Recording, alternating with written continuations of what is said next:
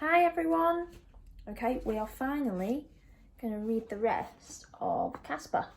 Okay, so if you remember, Kaspar and Mr. Stanton had just been saved, rescued by the Carpathia after being on their lifeboat for hours and hours and hours in the freezing cold. So that is where we're picking up from. Okay. There was chaos on board. It was no one's fault. The crew of the Carpathia were doing their best, but they were overwhelmed. They were busy just coping as best as they could. Whoever we asked, no one seemed to have any definite news of anyone. Lists of survivors were being compiled, we were told. Mr. Stanton asked the sailors repeatedly for news of his family, but there was no one who recognised their description. Every one of us on that ship was looking for someone. Many sat silent, already knowing the worst, lost in grief. Joyous reunions were few and far between. Fearful and hopeful, we went looking for Elizabeth and Mrs. Stanton and Kaspar. We searched the ship from bow to stern. They were nowhere to be found. We found bodies lying on the deck, though wrapped in blankets. We checked these too. I came across one little girl, about the same age as Elizabeth, and was sure it was her at first, but it wasn't. We looked everywhere we could think of, asked again and again the same question.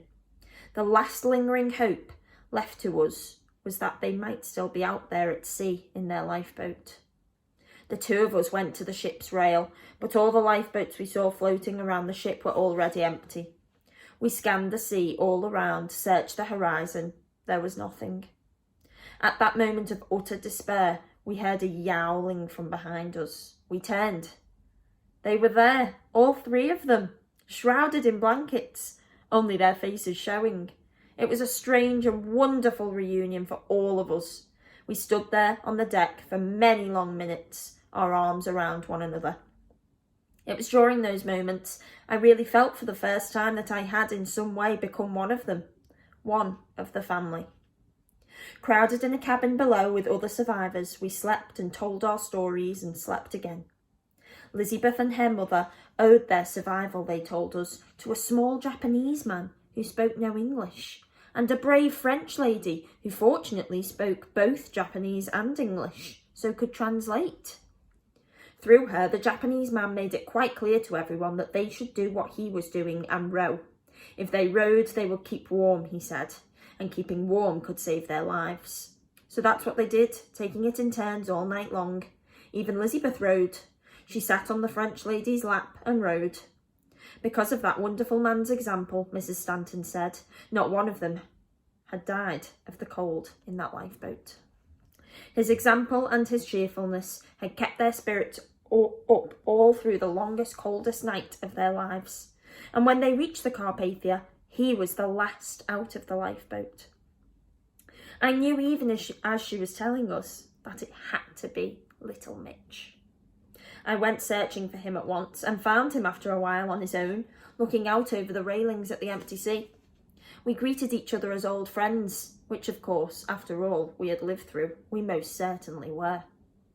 I was up on deck with little Mitch a few days later as the Carpathia steamed slowly into New York Harbour.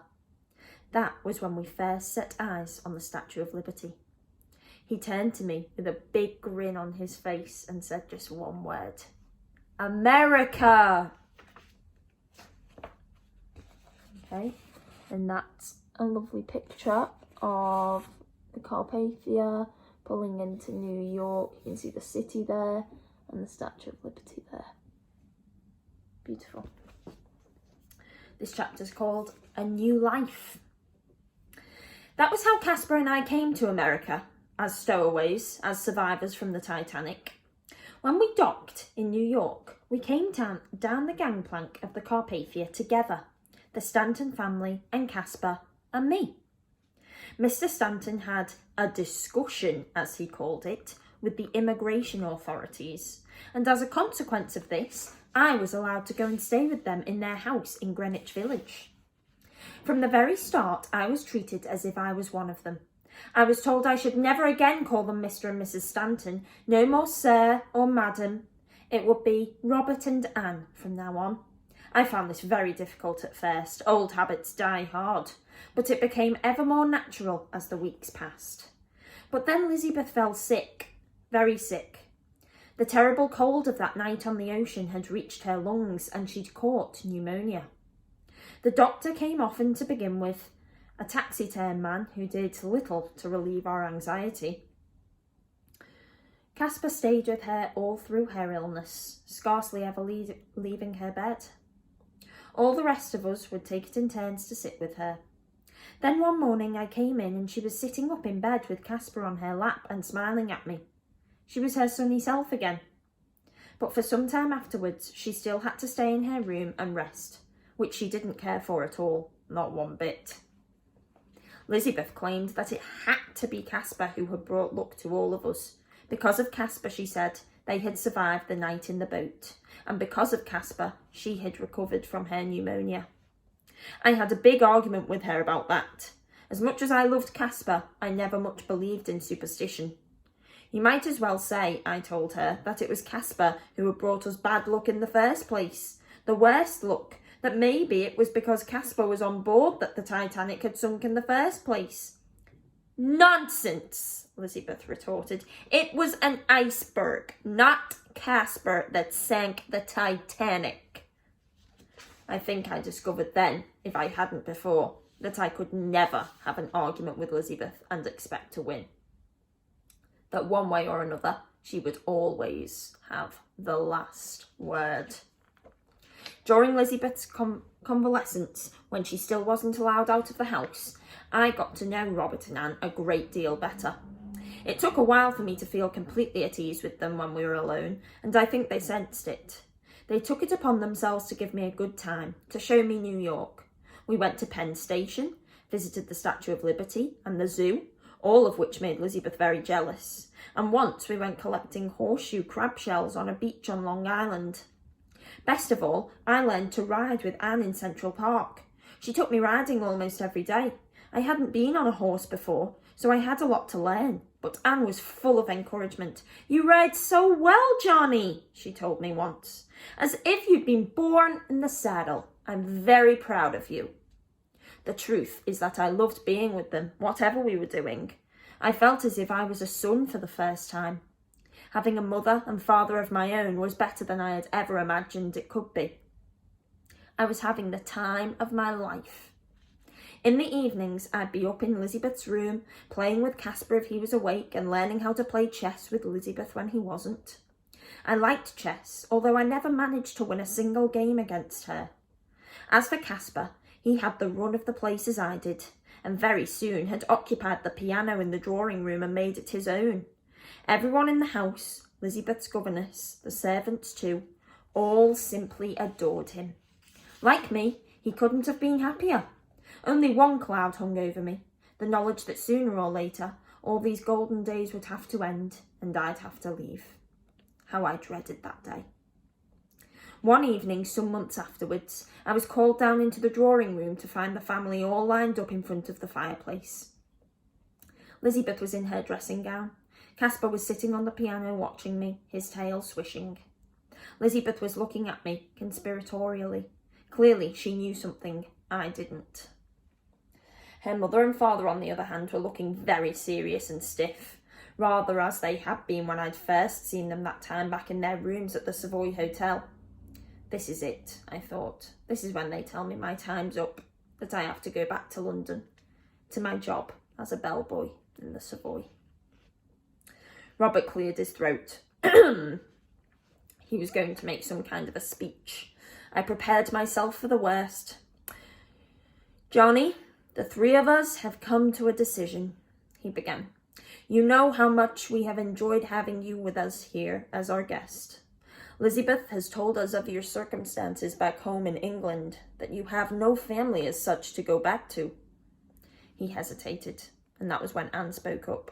"I guess what we're trying to say, Johnny, is that after all that has happened, and knowing you now as well as we do, and what a fine young man you are, we would very much like you to consider not returning to London, but instead staying here and making your home with us in New York. We'd be really proud to have you live here as one of the family, if you'd like it, that is. What do you say?" I remember Kaspar and Elizabeth both looking up at me, waiting for me to say something.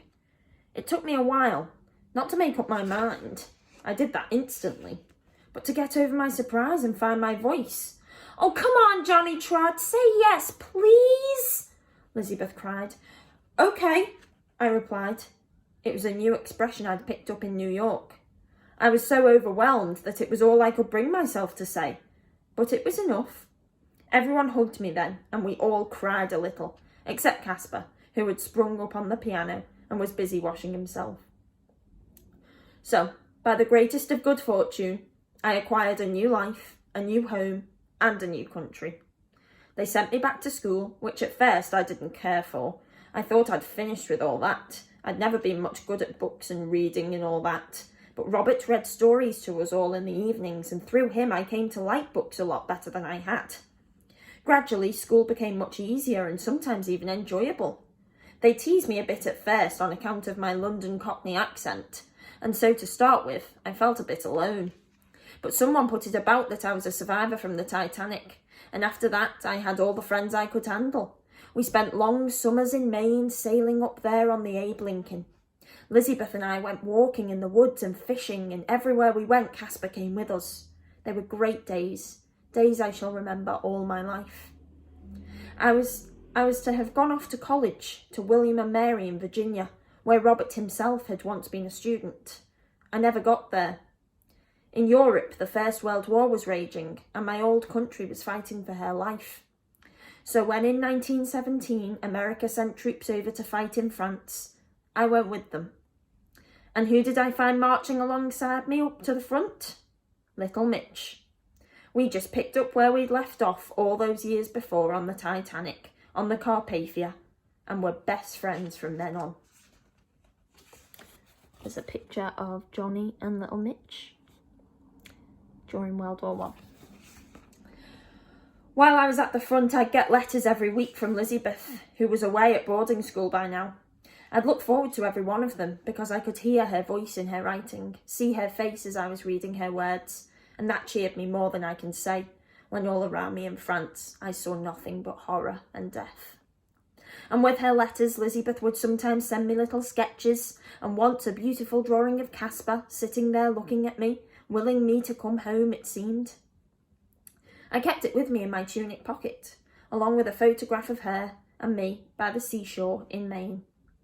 Elizabeth always said afterwards, when the war was over, that it must have been the drawing of Kaspar that had kept me safe and brought me home. I'm not sure she was right about that, but she insisted on having it framed and put up in pride of place in the front hall. When no one's looking, I do reach out and touch it sometimes, so I suppose that I must be just a little superstitious, but I'm not admitting that to her.